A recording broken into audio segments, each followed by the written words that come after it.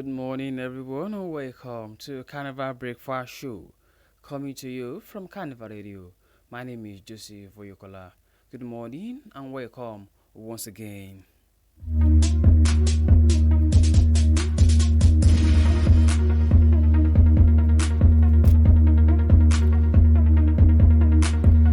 This morning, I will be taking us through the different stories from different newspapers. But before we begin the news, here are the headlines.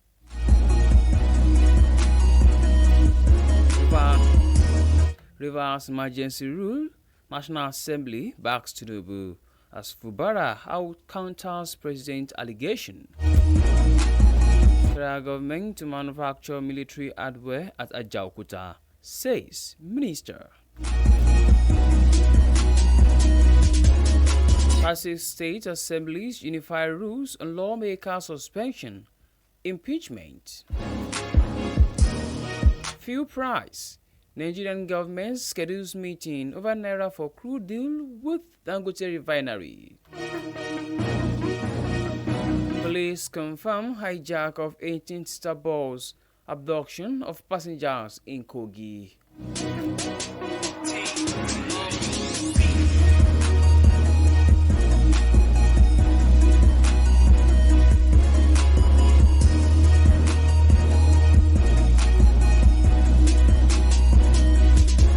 Now to the news in details.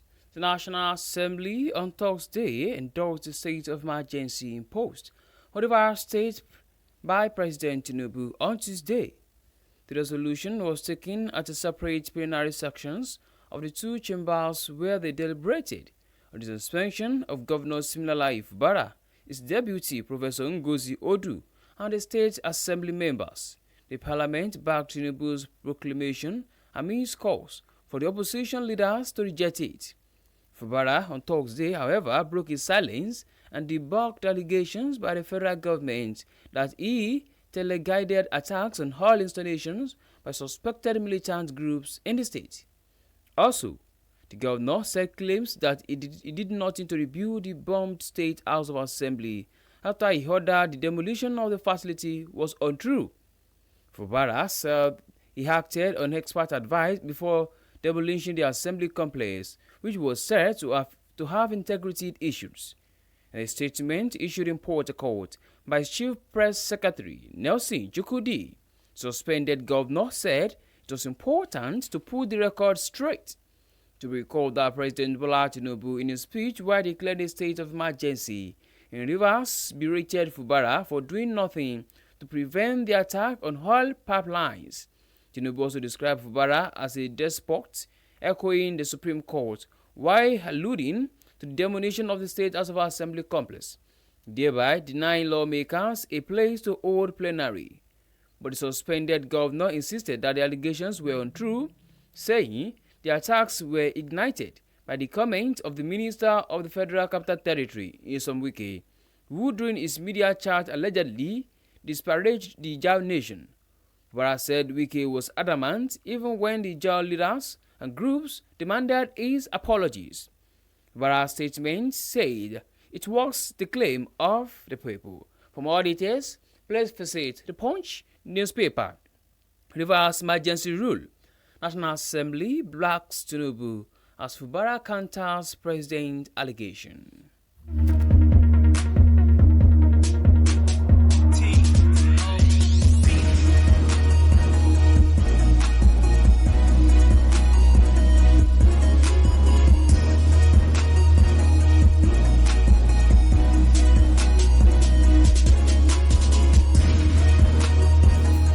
Meanwhile, to tackle discrepancies in suspension, impeachment of members and other legislative procedures, the 30 state houses of assembly have adopted and ratified the use of harmonized standing orders. The rules to be adopted at each of the 36 houses of assembly aim to ensure unity across the state in implementing disciplinary issues of suspension and impeachment, removal of presiding officers and other members, the conduct of budgetary processes and confirmation of appointment forwarded by the executive arm of government.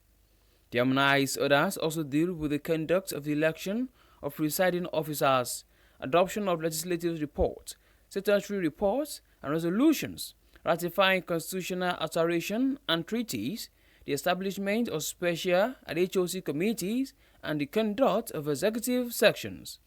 The harmonized standing orders were adopted and ratified when the Conference of Speakers of State Legislatures of Nigeria converged on Lagos on Thursday for a workshop organized by the Conrad Abdarus Sifting in collaboration with the National Institute of Legislative and Democratic Studies. In his remark, the chairman of the Conference of Speakers, Adebo Ogundoyin, noted that the adopting the harmonized standing orders, Nigerians were joining other countries like the United States of America, South Africa, and Rwanda, which had harmonized legislative frameworks.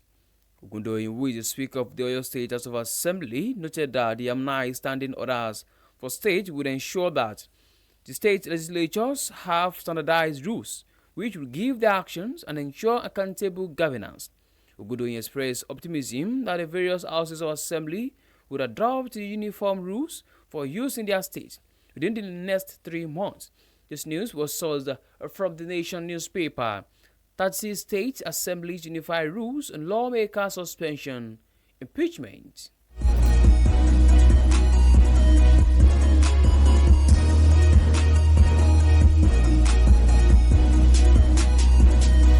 In the meantime, the Minister of Steel Development, Shuaibu Abubakar Haudu, has disclosed plans to partner with the Ministry of Defense and the Defense Industries Corporation of Nigeria to produce military hardware for the Nigerian Armed Forces and other security agencies in the country.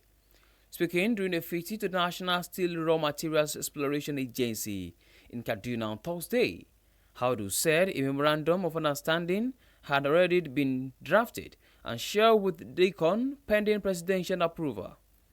Meanwhile, the minister also revealed that Nigerian imports about $4 billion worth of steel annually, stressing the need for import substitution to reduce pressure on foreign exchange. According to the minister, this was a clear indication that the country needs to focus on import substitution to reduce the pressure on foreign exchange. How do you describe the agency as a cornerstone in the federal government plan to grow Nigeria's economy to $1 trillion by 2030? The minister commended Nesema for its performance, noting that previous assessments ranked it as one of the best performing agencies under the ministry. As part of effort to reposition the steel sector, the minister reviewed plans to organize Nigeria's inaugural steel summit, bringing together stakeholders to develop a comprehensive blueprint for the industry growth. He also highlighted the progress of the Metallurgical Industry Bill, which has passed its second reading at the House of Representatives. This news was sourced from Vanguard newspaper. Federal government to manufacture military hardware at Ajaokuta, says Minister.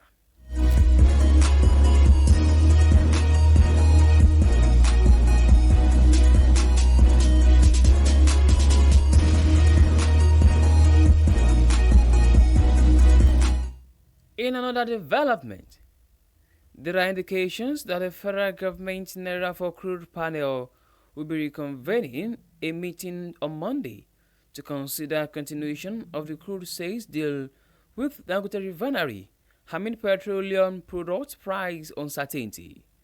Reliable sources in the Ministries of Petroleum Resources and Finance, who prevailed anonymity, made this known on Thursday.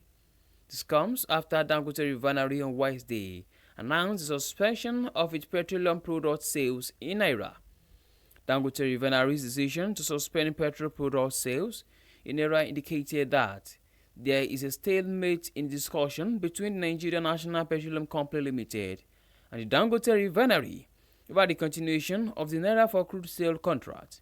However, official sources familiar with the matter told newsmen that the scheme may continue.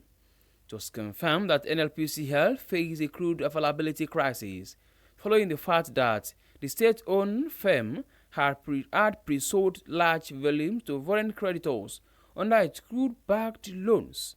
To be called, the committee last week met at the Ministry of Finance headquarters in Abuja to assess development and reaffirm commitment to the Naira for Crude policy framework.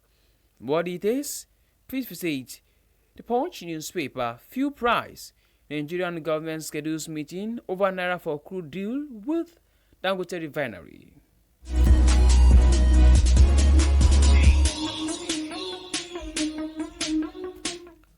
On to the last news on newspaper review this morning.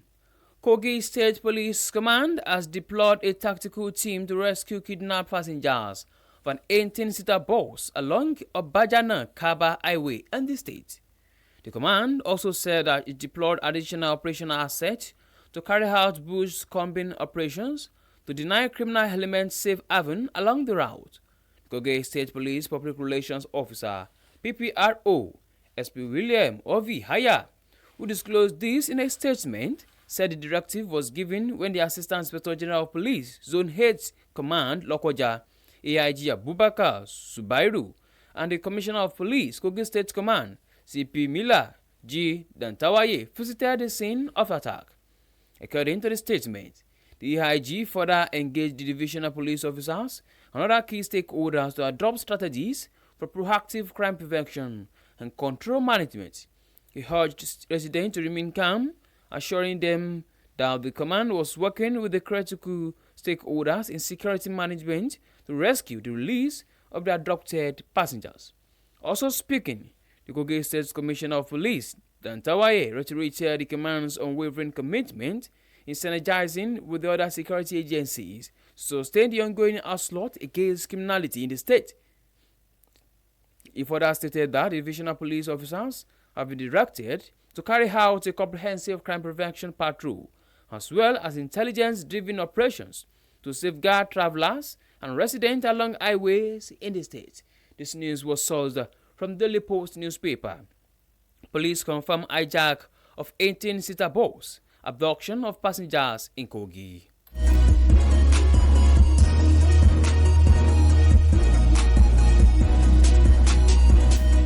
To bring the newspaper review to a close this morning, here is a recap of headlines. Reverse emergency rule, National Assembly backs Tinubu as Fubara counters president's allegation. Federal government to manufacture military hardware at Ajaokuta, says Minister. 30 state assemblies unify rules on lawmaker suspension, impeachment. Fuel price. Nigerian government schedules meeting over Naira for crude deal with Dangote refinery. Police confirm hijack of 18-seater bus, abduction of passengers in Kogi.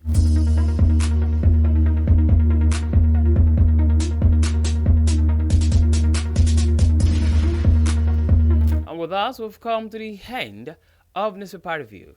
Thank you very much for listening. You can download Carnival Media app from Google Play Store and App iOS. You can also check out our website at www.carnivalmedia.ng. My name remains Joseph Oyukola.